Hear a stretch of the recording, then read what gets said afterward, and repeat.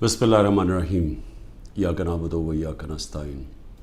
سب سے پہلے تو میں تحریک انصاف کے کارکنوں کو مبارک دیتا ہوں کہ اس کے باوجود کہ پورا کریک ڈاؤن ہوا تحریک انصاف کے خلاف، تقریباً ساری لیڈرشپ یا جیل میں ہے یا انڈر گراؤنڈ ہے، چھپی ہوئی ہے، اس کے باوجود جس طرح پبلک نکلی اور اس چیز کے اوپر جو کہ ہر مسلمان کو تکلیف دیتی ہے کہ قرآن کی جو بے حرمتی کی گئی سویڈن کے اندر اور آزادی رائے کے آڑ لے کے اس کے پیچھے چھپ کے کی گئی، تو مجھے بڑی خوشی ہوئی کہ ایک زندہ قوم کی طرح اور اپنے کارکنوں کو میں خاص طور پہ کہنا چاہتا ہوں کہ زندہ قومیں نکلتی ہیں حق سچ کے لیے اور انصاف کے لیے، اور مجھے بڑی خوشی ہوئی ہے دیکھ کے کہ ہم نے کم از کم پاکستان سے ایک آواز اٹھی پرامن طریقے سے کہ یہ ہمیں اس چیز نے تکلیف دی ہے اور آپ آزادی رائے کی آڑ لے کے لوگوں کو تکلیف نہیں پہنچا سکتے۔ لیکن دوسری جو بات، سپریم کورٹ کا تفصیلی فیصلہ آیا کل 9 مئی کو، جس طرح مجھے وہاں سے اغوا کیا اسلام آباد ہائی کورٹ کے اندر جب میں رجسٹری میں بیٹھا ہوا تھا، تو جس طرح مجھے اغوا کیا گیا کمانڈو ایکشن میں، سپریم کورٹ کا تفصیلی فیصلہ آیا اور اس میں 2 چیزیں واضح ہو گئیں کہ ایک کہ یہ غیر قانونی تھا اور غیر آئینی تھا، جو طریقہ انہوں نے جس طرح مجھے وہاں سے اغوا کیا ہے وہ غیر قانونی بھی تھا اور غیر ہمارے آئین کے خلاف بھی تھا، اور یہ بھی اس میں آیا سپریم کورٹ کے فیصلے میں کہ جب میں چیف جسٹس صاحب کے سامنے پیش ہوا تو پہلی دفعہ مجھے پتہ چلا کہ کیا ہوا، ملک کے اندر توڑ پھوڑ ہوئی، آگ لگی، کتنے بڑے احتجاج ہوئے، مجھے تو کوئی اندازہ ہی نہیں تھا کیونکہ مجھے تو انہوں نے نظر بند کیا ہوا تھا۔ تو یہ بھی چیز واضح ہو گئی کیونکہ میرے اوپر کیسز پہ کیسز کیے جا رہے ہیں، پتہ نہیں کتنے 30-40 کیس کر چکے ہیں اب تک، کہ یہ میری ایما پہ سب کچھ ہوا ہے، یہ جو توڑ پھوڑ ہوئی ہے، یہ جو جلایا گیا اور جو احتجاج ہوئے۔ تو میں آج یہ سب سے پہلے کہنا چاہتا ہوں کہ اب اگر جو ملک کی سب سے بڑی عدالت کا فیصلہ آ گیا ہے کہ یہ غیر آئینی اور غیر قانونی طور پہ مجھے وہاں سے جس طریقے سے مجھے وہاں سے پکڑ کے لے کے گئے ہیں، جس طریقے سے انہوں نے شیشے توڑے رجسٹری آفس کے، وہاں کے سٹاف کو ڈنڈے مارے، ان کی کمپیوٹر اور اکوپمنٹ کو توڑا، میرے لوگوں کو جو گارڈز تھے ان کو مارا، وکیلوں کو مارا، مجھے سر پہ ڈنڈا لگا، اور پھر جس طرح ایک دہشت گرد اور مجرم کی طرح وہ جو کہ ملک کی سب سے بڑی پارٹی کا سربراہ ہے، ساری دنیا نے وہ پھر دیکھا جس طرح مجھے انہوں نے وہاں سے پکڑ کے لے کے گئے، اور پھر دنیا میں خبر کیا گئی کہ جی کرپشن کے اوپر عمران خان کو پکڑا، وہ آدمی جو اس ملک کی تاریخ کا سب سے زیادہ پیسہ اکٹھا کرتا ہے خیراتی پروجیکٹس کے لیے، جس کو یہ قوم سب سے زیادہ جس پہ اعتماد کرتی ہے اپنے پیسے سے، اس سے بڑا تو کوئی اعتماد نہیں ہے کہ جب لوگ اپنے پیسے سے کسی کو ٹرسٹ کرتے ہیں کہ انہیں پتہ ہے کہ ان کا پیسہ وہ امانت دار ہے، جس کو سپریم کورٹ نے پہلے صادق اور امین بھی کہا ہے، جس نے سارے پاکستان کے ایوارڈز جیتے ہوئے ہیں، جو 50 سال سے ساری دنیا کے اندر پاکستانی کو دنیا جانتی ہے، اور جس نے اپنی طرف سے کرکٹ کے اندر پاکستان کا نام روشن کیا۔ تو میرا سب سے پہلا سوال یہ ہے کہ اس کا کون ذمہ دار ہے؟ کیا انٹیریئر منسٹری ذمہ داری اٹھائے گی اس کی؟ کوئی اس کو ذمہ دار ٹھہرائے گا؟ اور کیا نیب چیئرمین اس کی ذمہ داری لے گا جو ہوا میرے ساتھ؟ اور میں اب اس سے آگے چلتا ہوں، جب مجھے یہ جس طرح اٹھایا گیا اور اب ثابت ہو گیا کہ یہ اس ملک کے آئین اور قانون کے خلاف تھا، تو کیا ہماری پارٹی کو یہ حق نہیں تھا پرامن احتجاج کرنے کا؟ اب تو اگر ثابت ہو گیا نا کہ یہ قانون توڑ کے مجھے وہاں سے اغوا کیا گیا اور جس طرح مجھے ذلیل کیا گیا، تو کیا ایک ملک کی سب سے بڑی پارٹی کے سربراہ کو جب اس طرح اسے کیا جائے تو کیا اس کی پارٹی کو حق نہیں تھا پرامن احتجاج کرنے کا؟ اور یہ میں پھر واضح کر دوں، آئین ہمیں کہیں جگہ پہ روکتا نہیں ہے پرامن احتجاج سے، کہ جی کنٹونمنٹ میں احتجاج ہو یا جہاں بھی ہو، ہم کہیں بھی احتجاج کر سکتے ہیں۔ یہ ہمیں آئین ہمیں حق دیتا ہے، ہمیں توڑ پھوڑ کا حق نہیں دیتا، ہمیں جلانے کا حق نہیں دیتا، اور وہ سارے ہم سب اس کی مذمت کرتے ہیں۔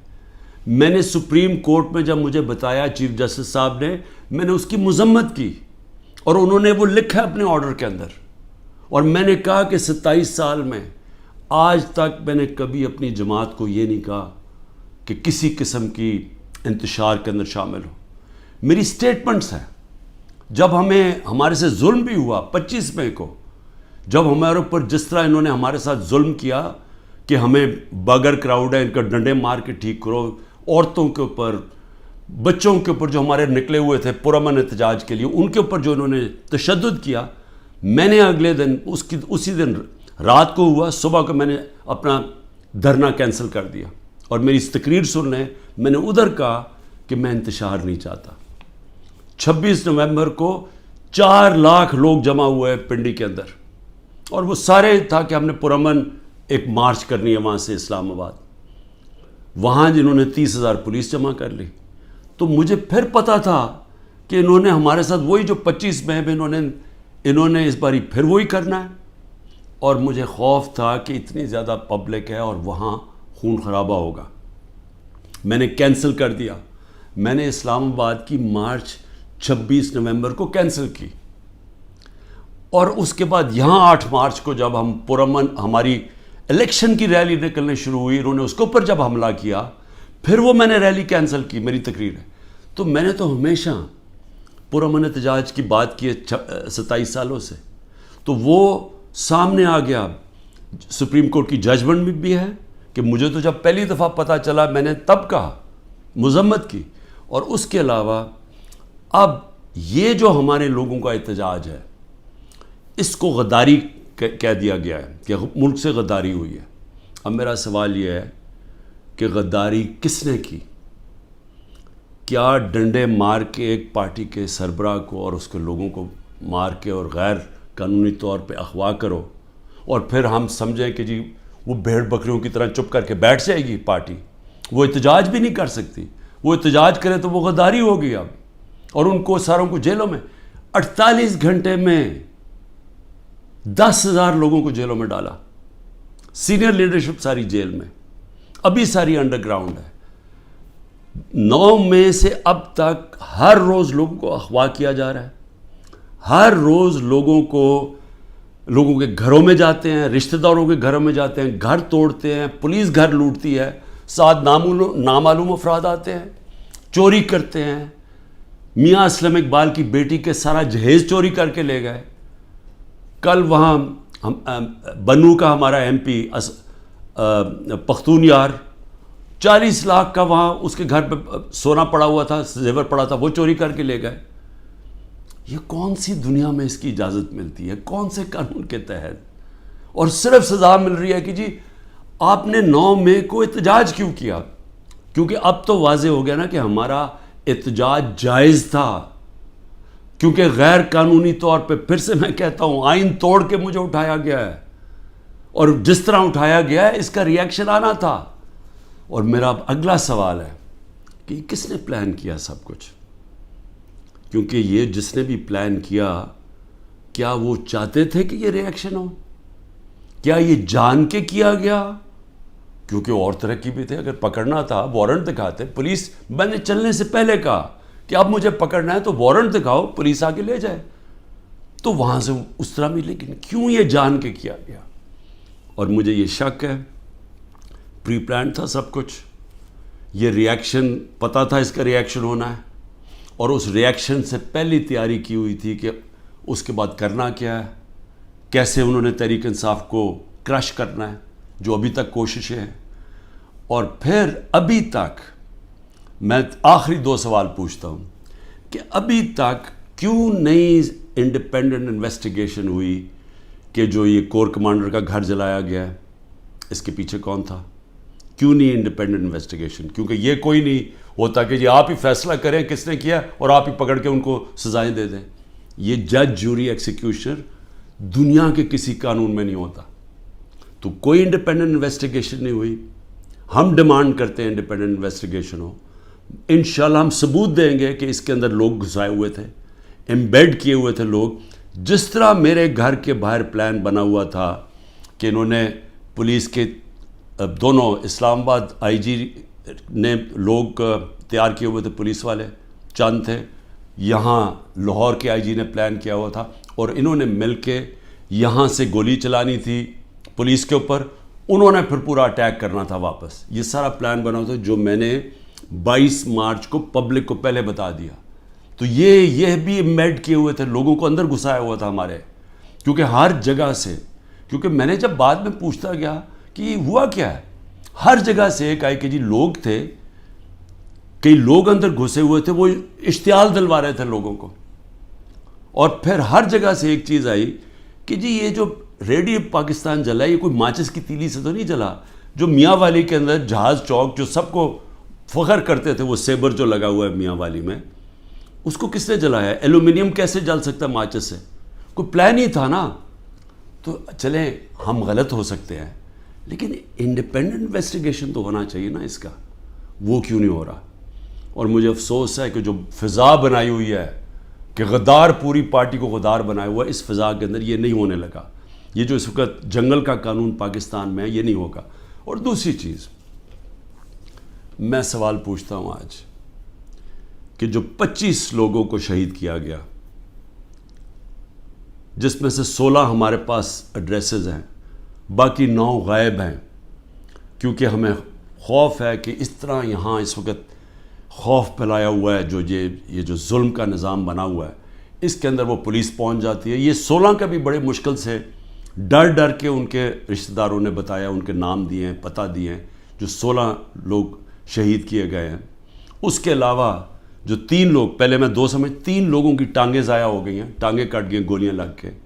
ایک پیرالائزڈ ہے، اس کی کمر میں گولی لگی ہے، وہ بستر پہ ہے. اور اس کے علاوہ 50 سے زیادہ لوگوں کو گولیاں لگی ہیں. اب میں یہ سوال پوچھتا ہوں، یہ کیا پاکستانی نہیں تھے؟ یہ انسان تھے نا. تو انسانوں کے تو حقوق ہوتے ہیں. تو آج ابھی بھی اب ختم ہوا ہے فرانس میں، ایک 17 سال کے ٹین ایجر کو گولی ماری ہے پولیس نے، آگ لگ گئی سارے، 1000 سے زیادہ بلڈنگز اور گاڑیاں جل گئی فرانس میں، کیونکہ ایک انسان کی جان لی تھی فرانس کی پولیس نے. یہاں کوئی فکر ہی نہیں ہے، کوئی انویسٹیگیشن ہی نہیں ہے. سب نہتے تھے، کسی پولیس والے کو، کسی رینجر کو کوئی گولی نہیں لگی. اس کا مطلب یہاں سے تو کوئی فائرنگ نہیں تھی. تو کیا پہلے ایک غیر قانونی اور آئینی غیر آئینی چیز کی جاتی ہے جس کا ریئیکشن ہوتا ہے؟ پرامن احتجاج ہمارا آئین ہمیں حق دیتا ہے. تو کیوں ان کو ابھی تک انویسٹیگیشن نہیں ہوئی کہ یہ جو لوگ بیچارے نوجوان تھے، ان کے ماں باپ تھے، بیوی بچے تھے، ان کو جو گولیاں ماری گئیں، کوئی نہیں پوچھے گا. ابھی تک تقریباً 2 مہینے ہونے والے ہیں، کوئی پوچھے گا نہیں کہ یہ بھی پاکستانی، ان کے بھی رائٹس ہیں، ان کے حقوق ہیں. تو اس کو بھی صرف ایک پوری فضا بنا کے کہ جی پاکستان کے اندر جو یہ ہوا ہے 9 مئی کو، اس کے اوپر ایک پوری پارٹی کے اوپر، اس کے اوپر ہر قسم کا تشدد کرو، ان کو دباؤ، ختم کرو. اور میں سمجھتا ہوں یہ پری پلان تھا، سب کچھ پہلے سے پلان بنا ہوا تھا. میں آخر میں یہ کہنا چاہتا ہوں کہ دیکھیں، میں پاکستان کی اب بات کر رہا ہوں، میں اپنی پارٹی کی بات نہیں کر رہا. یہ جو ظلم ہو رہا ہے ایک ملک کی سب سے بڑی پارٹی کو سازش کے تحت، کیونکہ الیکشن یہ پی ڈی ایم والے اب لڑ نہیں سکتے، ان سب کو خوف ہے کہ الیکشنز کے اندر انہوں نے ہار جانا ہے. تو یہ پوری سازش کا حصہ بنے ہوئے ہیں اور اسٹیبلشمنٹ کے ساتھ جان کے اسٹیبلشمنٹ کو ہمارے خلاف اور کر رہے ہیں، صرف اس لیے کہ یہ الیکشن میں پی ٹی آئی کو اسٹیبلشمنٹ ختم کرے پی ٹی آئی کو، تاکہ یہ چور پھر سے الیکشن جیت کے آ جائیں. اور ان کا کوئی انٹرسٹ نہیں ہے پاکستان میں. 14 مہینے میں انہوں نے پاکستان کو ادھر کھڑا کیا ہے کہ جو آج اگر کل ہم نے آئی ایم ایف کے ساتھ اس لیے ڈیفالٹ سے بچانے کے لیے اپنے ملک کو تباہی سے بچانے کے لیے، حالانکہ ہمارے پر ہر قسم کا ظلم ہو رہا ہے، ہم نے اس کے باوجود ان کی سٹینڈ بائی ایگریمنٹ کے ساتھ اس لیے گئے ہیں کہ ہمارا ملک بچ جائے. ان کو کوئی فکر نہیں ہے کیونکہ ان کے سارے پیسے باہر پڑے ہیں.